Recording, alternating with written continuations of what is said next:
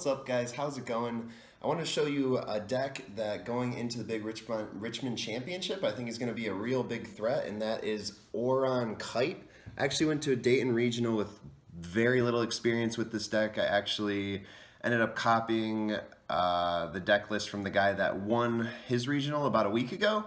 And I just want to let you guys know that this deck is actually real, and I want to go through the deck, explain it a lot better. The last video that I saw didn't really explain it too well, and just give you guys an overview of this, what the other colors that we could potentially see doing well at Richmond, and just kind of let you guys know all about Oran and the fact that he's not absolute trash like everybody thought he was going to be.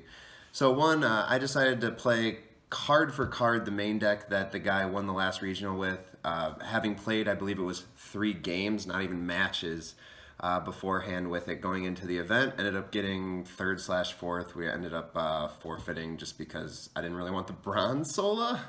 But overall, you play green because all the green cards are busted. We're seeing Kite splashed in a lot of big decks, and then, you know, Zephyr Crystal is just super important in the meta right now.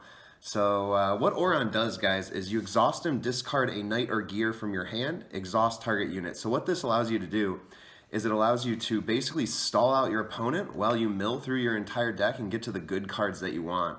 And I'll explain a little more in depth when we go through the profiles, so let's just get on into it right here. So we got 3 supply deal, just a card to deck thin, get to the good cards that you want. It's just great card. Draw 2, pitch a gear, draw 2.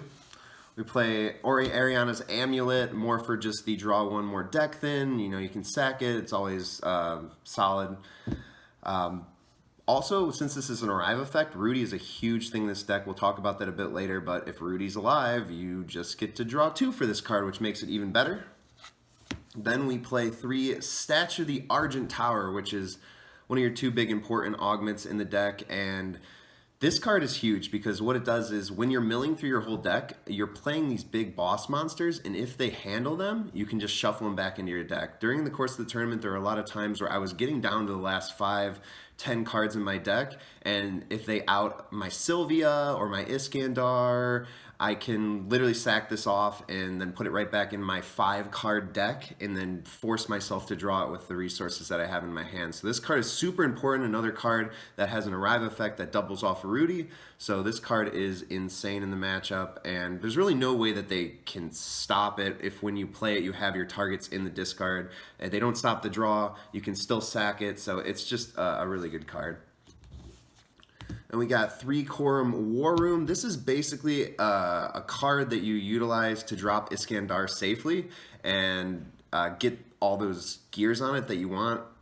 If you play around Corona Shard, play around the things that they are trying to stop your Iskandar. Unfortunately, if you do end up bringing back the gear that makes them targetable, you'll get to draw 1, but you won't get all the gears on it. But your Iskandar lives, which is pretty important. So it's really just to see your big power cards resolve, Iskandar mainly, and then just all the other options that War Rooms gives you is just insane. Being able to attach the gears for lower. I'll talk about some of the gears and how they're actually useful attaching them to things and not always pitching them off of Oran a little bit later. So then the first unit, which is this guy, is so darn good. Mel, Core Magician. If you have 3 gears in your discard and you play this card, you instantly draw 2. Well, you can easily get Rudy out, so when you play this card and you have Rudy out and you're drawing 4, you just feel like an absolute fiend. Like, it's insane being able to drop 1 card and draw 4, and they can't. What are they going to do? Corona Crystal your Rudy and stop it, or use like valuable resources to stop Rudy from existing just so you draw 2 instead? Like, that's fine, because if they Corona the Rudy, you can just get it back with Argent Tower, and then your Iskandar play is live and free. This guy's huge in the deck. Super awesome to see it. Just a free draw 2. You always have the gears in by turn 3 usually. Rudy, best card, double Arrive effects. Everything in this deck has Arrive effects. You'll see throughout it. Even the augments have Arrive effects. So this guy staying out on the board if they can't handle it, bonkers. Just great card for this deck. Probably the deck that utilizes it the most out of anything that I've seen so far. So if this is sitting on the board when you're playing your cards, you're most likely winning the game. Next, we got 2 Silver Watchwomen. This is just a card that you use to push to break additional towers. Your Iskandars should be getting through and using Destroyer and putting a lot of work in, but you can get 4 counters with Rudy, even without Rudy. Quickness, target attack, strong stuff to get over problem cards that your opponent has, and it's just that extra push to win the game. They can't kite it, they can't do too much to it. If they're a Corona Crystal that's wonderful.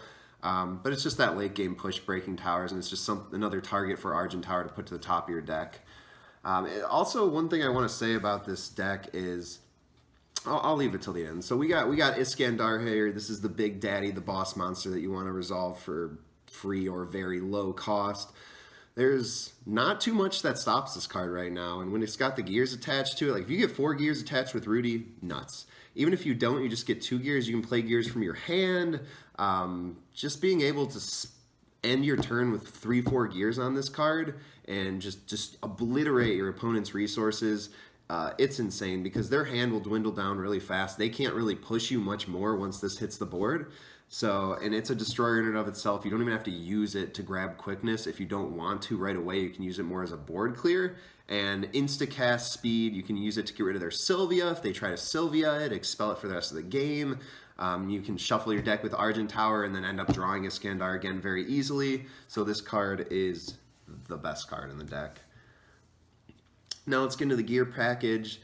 Standard stuff, Caliber, very good, and being able to just draw a card, make things untargetable. That's your target with the War Room for the Iskandar plays, things like that.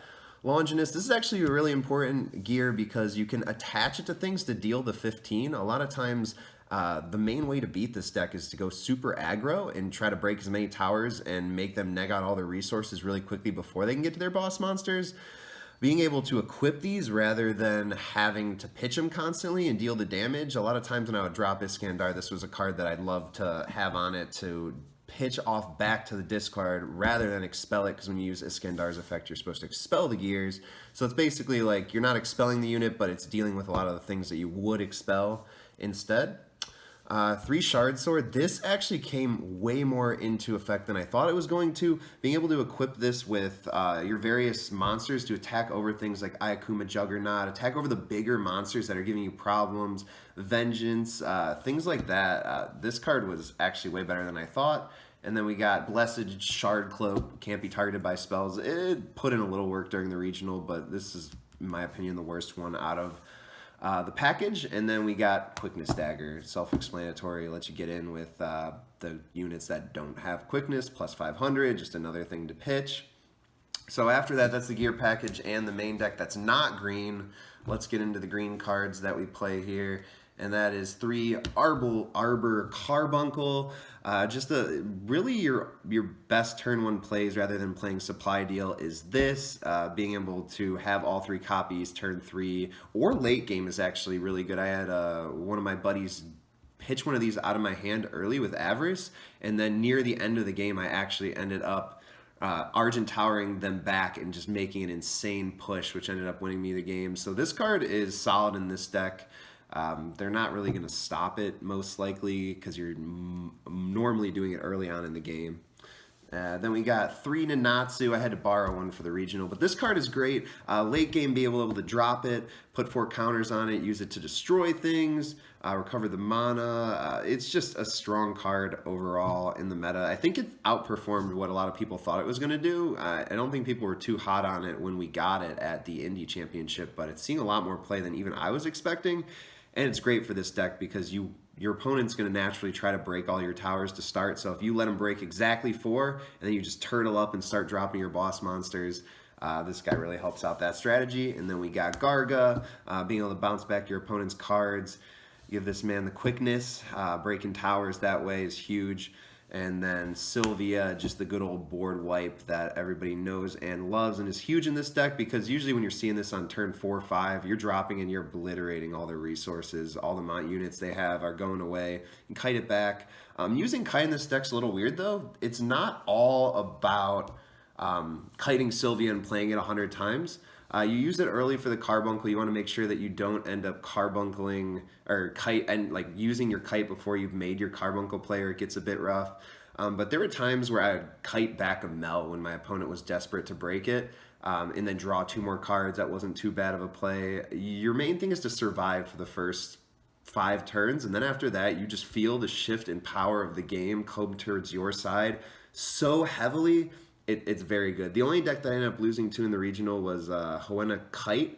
I lost to it in Swiss one time because Iskandar was literally the very last card in my deck, and I drew all the way to the very last card in my deck, so that was unfortunate. And then the second one, I got blown out in my top 4 match because he just went like Avarice, had all the labs, had the big golem, and it was just a bit rough for me there. But this deck's great because when you get to the point where you are breaking the towers, hitting the wind tower like is an advantage because you're bouncing back all of those bigger, like all your cards have arrive effects and you're getting such an advantage off of them. So honestly, this deck I think is a real threat. It kind of feels like you're playing solitaire to a degree, as there's not too much interaction between you and your opponent.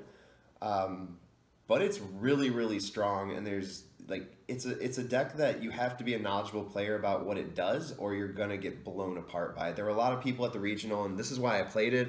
I figured I would learn as I go, but a lot of people didn't know what was even going on. That's why I decided to make this video. I kind of wanted to explain a little bit to everyone. Aggro rushing it down, negging their hand is huge, forcing them to use those Argent Towers. If you are able to pitch out their Iskandar, they have to Argent Tower back. And it's just putting a lot of pressure on this deck is seemingly the only way to beat it.